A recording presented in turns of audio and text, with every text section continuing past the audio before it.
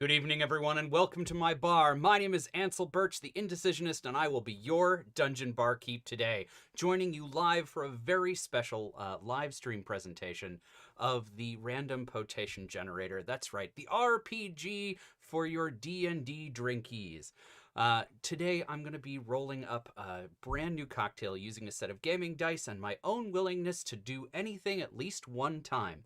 So what we're going to do is roll those gaming dice, and that's going to choose all of the ingredients that go into a cocktail. And I'm doing this live today, both on Facebook and on YouTube, to celebrate the new year. A new year ahead of us to do more of these amazing cocktails, as well as some incredible things coming up from the Indecisionist website. So go ahead and check out indecisionist.com for all of the different projects I'm working on, including this one. You can get updates, get on my mailing list. There's lots of opportunities there. But with no further ado, let's go ahead and make that brand new cocktail I promised you. And that starts with rolling a d4. So we're going to roll that d4 into this slightly askew dice tray there and see what our first ingredient is. These essentials go into every cocktail, and today we are going to be adding vermouth. That's very exciting. So vermouth.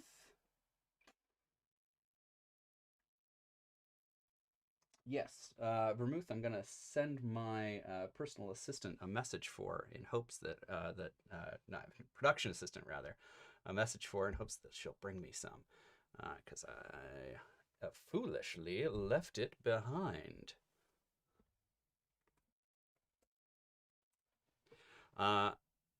That being done, let's go ahead and keep on moving with our D6 to select a garnish. What's our garnish going to be? 1. All right. 1 on the garnish chart is a twist of lime. Very exciting stuff. Love getting lime into a cocktail. Always adds a nice brightness and freshness. And I like to use fresh lime whenever I have the opportunity, which luckily I do today. So let's keep on going. We've got that lime twist. What's our mixer going to be? So mixers are chosen by a D8. Right there, that's a 3, which on the chart is Saucy Wench Bloody Mary Mix. That's very exciting. So this Bloody Mary Mix is provided by the Saucy Wench people, some great friends and great creators of hot sauces and other condiments. They passed off some of this smoked Bloody Mary mix, and I'm very excited to finally get to put it into one of these randomized cocktails live for you guys. So Bloody Mary mix, very exciting.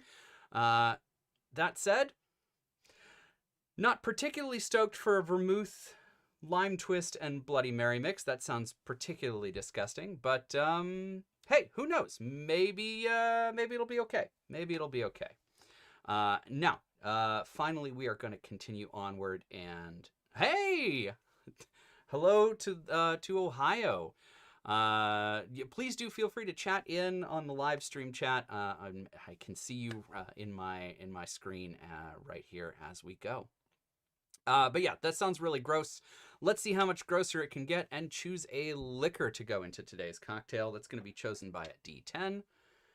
And that says we are putting absinthe into this cocktail. Oh, we are really going hard on today's live stream cocktail. This one is a test. Someone is testing me, and I think it's whoever weighted my dice. All right, so we've got absinthe, Bloody Mary mix, lime twist, and vermouth. Hoo-wee.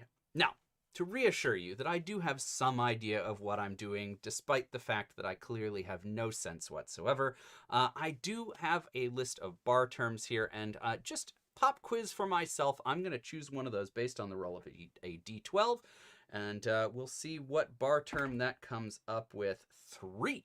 All right, so a 3 on this chart is dash.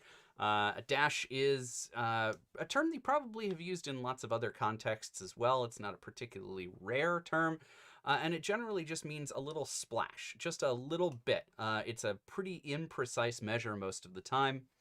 There is a specific amount that dash means. It's less than a bar spoon. I think it's a third of a bar spoon. But frankly, nobody measures a dash. You use the dasher top on a bottle, and you sploosh a little bit out, or you know splash a bit while waving a bottle around carelessly. That's how most people get a dash into a cocktail. Today, I don't know that there's a whole lot of cause for a dash, but if I can put a dash of something in here, I'm going to, just to integrate that term into today's cocktail. But the last thing we need to choose before we move on is the name of today's cocktail. Now, these names are chosen from a list that was put together by me from suggestions all over online. Folks have reached out over Facebook, through my website, through other social media to suggest these names, and I choose 20 of them at random. And it's so random, in fact, that some of them get duplicated. So there's actually a double name on here. Tamora Sunrise is on here twice, which, you know, who knows? Maybe that'll work out. Maybe that won't matter at all. Electric Romeo on YouTube says, does sweet or dry vermouth go better with Bloody Mary mix? The answer is no. You're absolutely correct, Electric Romeo. There is not a good answer to what vermouth goes with Bloody Mary mix. It's going to be pretty awful, all things considered. But we are dedicated. So what are we going to call this one? I'm going to roll this d20 and find out. 19 gives us Wyvern's Sting. Very exciting. All right, so the Wyvern's Sting. Okay, apparently I don't have any vermouth. I don't know where it is. Okay, well, thank you for looking. My production assistant is telling me we're all out of vermouth. So I'm going to re-roll that one, and we'll keep moving. It'll be great. So let's see. That is a essential, our very first roll. And we're going to re-roll that d4. Here we go. 3. Vermouth again. Love that. Grenadine. Well, good news, friends. It's not better. It's still going to be just as weird and gross.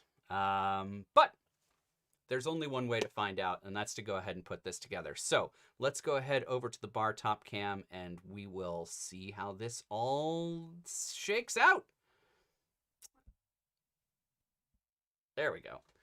All right, so we are going to go ahead and build today's cocktail in a shaker because we're putting a twist of lime in there, and I generally feel like that goes best when shaken. Somebody told me it was a rule. I don't know who makes those rules, but here we are. All right, so into that, we are going to start with that twist of lime. So let's go ahead and roll out a lime.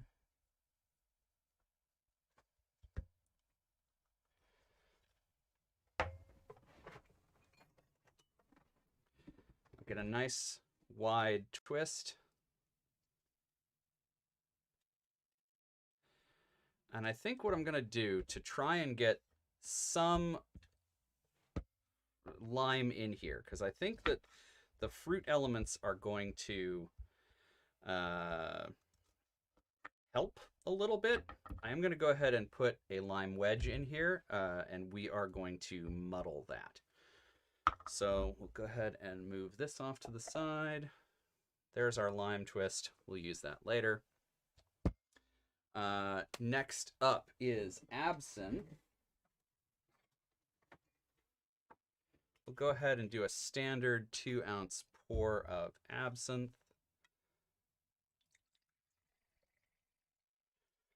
Now, if you're enjoying the manic nature of today's presentation, as opposed to the edited, slightly more controlled nature of my usual YouTube videos, I've got good news for you, because this weekend I will be doing another live cocktail-a-thon. I'm going to make 5 different cocktails, as well as tasting 2 new drinks that are new to my rail. So I'm very excited to be bringing that to you on Saturday at 2 p.m. Central Time. So that's 2 p.m. Central Time on Saturday. We'll be making 5 different cocktails and trying 2 new different alcohols that I've added to my rail. And like I said, that's it starts at 2. It's probably going to go for several hours. So you can go ahead and find all of that on Twitch at twitch.tv/dungeonbarkeep. Or twitch.tv/dungeonbarkeep. So definitely check that out. Information for that is also available on my website at indecisionist.com. All right, so that is our liquor. We're going to keep on moving with our grenadine because nightmares are real. Because we're putting Bloody Mary mix into this one. Gosh, that was a lot of absinthe. But it's got to fight with everything else. So I'm going to go easy on the grenadine and just do a ½ ounce.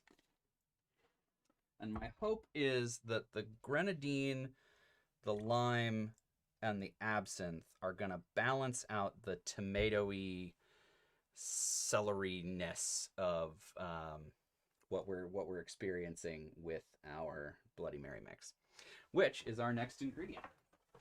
Now you can't do small measures of Bloody Mary mix, right? That would be weird and wrong. So we're going to go ahead and do a full 2 ounces of Bloody Mary mix. Do I usually like to pretend like I know how to make a palatable cocktail? Absolutely. Do I think I'm going to succeed today? Nope. Nope. This one's going to be red and gloopy and weird, but I'm drinking it for your amusement, so what can I say? I'm happy. All right, so Bloody Mary mix into the tin. Now, I'm going to add a couple D6 of cold damage to my cocktail. There we go. Pour this over. I was going to muddle that. Oh, well, the ice will muddle it for me. That's the theory I'm going to work with. And now let's give it a shake.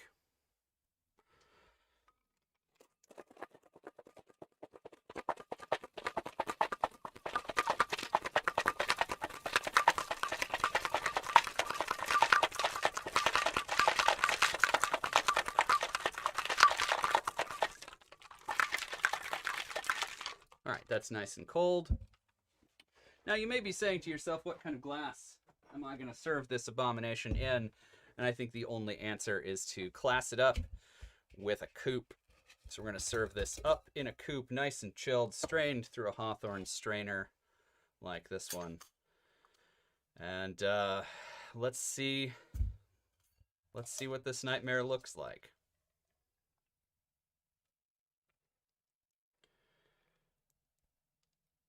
Okay.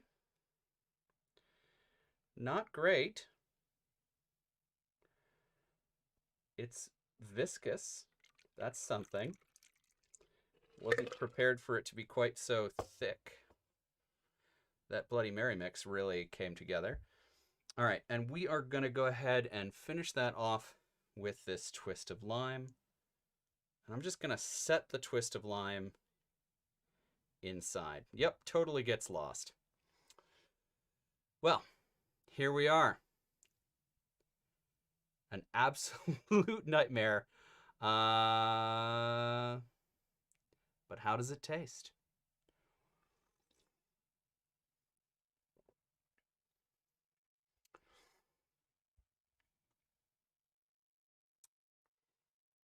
Okay, so anyone who knows what they're doing with a cocktail will tell you that you want to go really easy with absinthe because the anise takes over everything. A little bit goes a long, long way with absinthe, and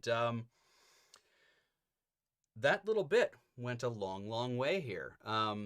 If you're gonna mix absinthe with Bloody Mary mix, which I don't recommend, but if you are, equal parts is apparently the way to go. Because that absinthe is absolutely taking a back seat to the tomatoey, smoky notes of this Bloody Mary mix. And like I said, this is from Saucy Wench, some very good friends and makers of sauces and condiments. This Bloody Mary mix in particular, like I said, has a smoked quality to it, but is still very, tomato and celery forward with slightly less spice, like peppery, spicy, not spicy, like cooking spices like pepper and salt and celery salt.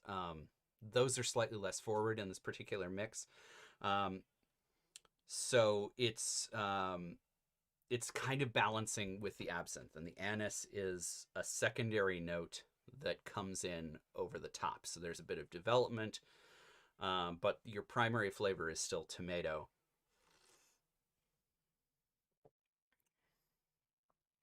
I'm not gonna say this is good because it's not. Um, but I will say it could have been worse.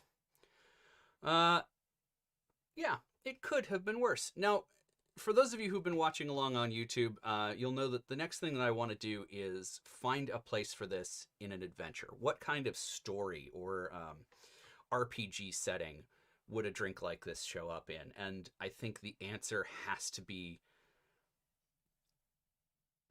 It has to be something that makes you uncomfortable the whole way through. Like, you know that you're going to be uncomfortable, then it gets more uncomfortable, and then the uncomfortable thing happens, and somehow it's still okay. You're still on an adventure, you're still having fun.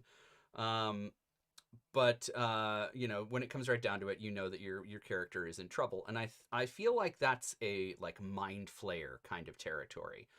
Whenever there are mind flayers in a game, or at least whenever there are, they should be whenever they're in a game, that mind flayers sort of set off the weirdness alarms for everyone involved. They come with, strange things from beyond the stars. They've got psychic abilities that tend to make people, like your characters, uncomfortable when they first walk into a space.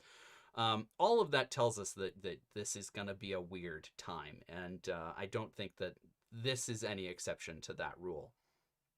Um, yeah, it's got that like we flew here in a nautiloid spaceship kind of feel. And so, for those of you who are unfamiliar with mind flayers, they're spooky people from beyond the stars who have, like squiddy heads and tentacles on their faces, and they like suck your brains out through the top of your skull. Deeply upsetting concept, deeply upsetting characters, and they are fascinating. Um, but hello, person. I'm sorry, I don't think I understand your comment, but thank you for watching.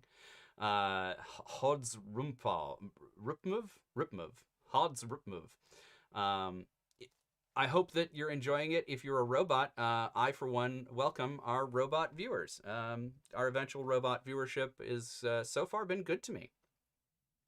So that is the cocktail for today. I'm very excited to have brought it to you live. And as promised at the beginning, I did want to talk a little bit about the future of the Dungeon Barkeep project. I am going to be continuing to put forward Dungeon Barkeep videos every single week, Wednesdays at 6 p.m. on YouTube.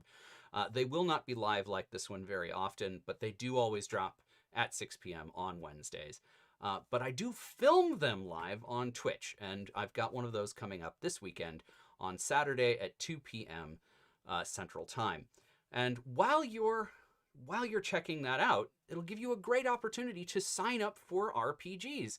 If you like playing D&D or games like D&D, I run a TTRPG micro event online through Discord, and you can sign up to play games as part of TTRPG Pickup Con on my website, indecisionist.com. You can also go to ttrpgpickupcon.com to sign up there.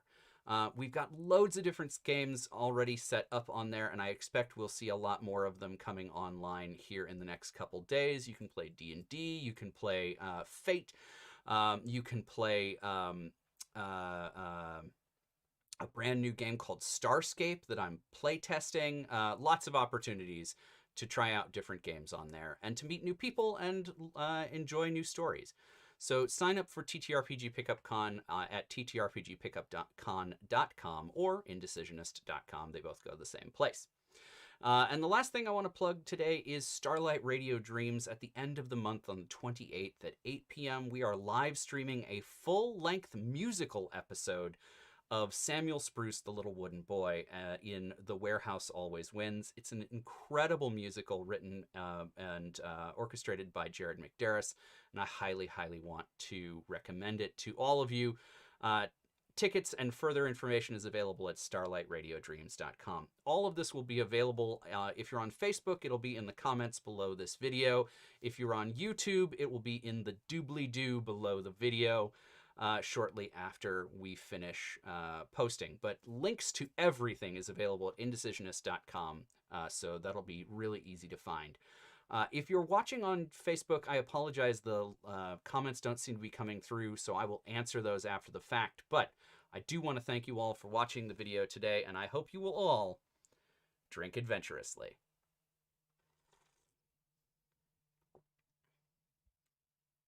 Ugh.